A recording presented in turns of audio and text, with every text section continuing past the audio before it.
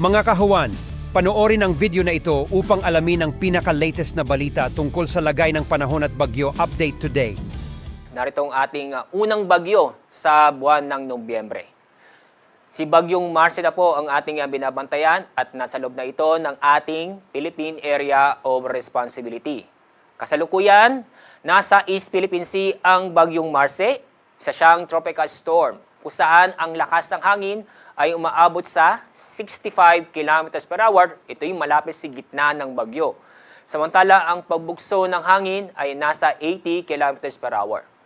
Kasalukuyan, ang layo ng sentro ng bagyo ay nasa 935 kilometers, silangan ng Eastern Visayas.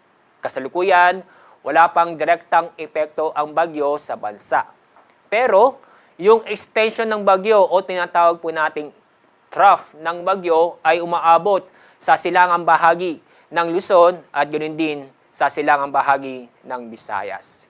Kaya sa kasalukuyan, inaasahan ang ngayong araw ang bahagyang maulap hanggang sa maulap ang kalangitan na may kasamang isolated na pag-ulan or thunderstorm.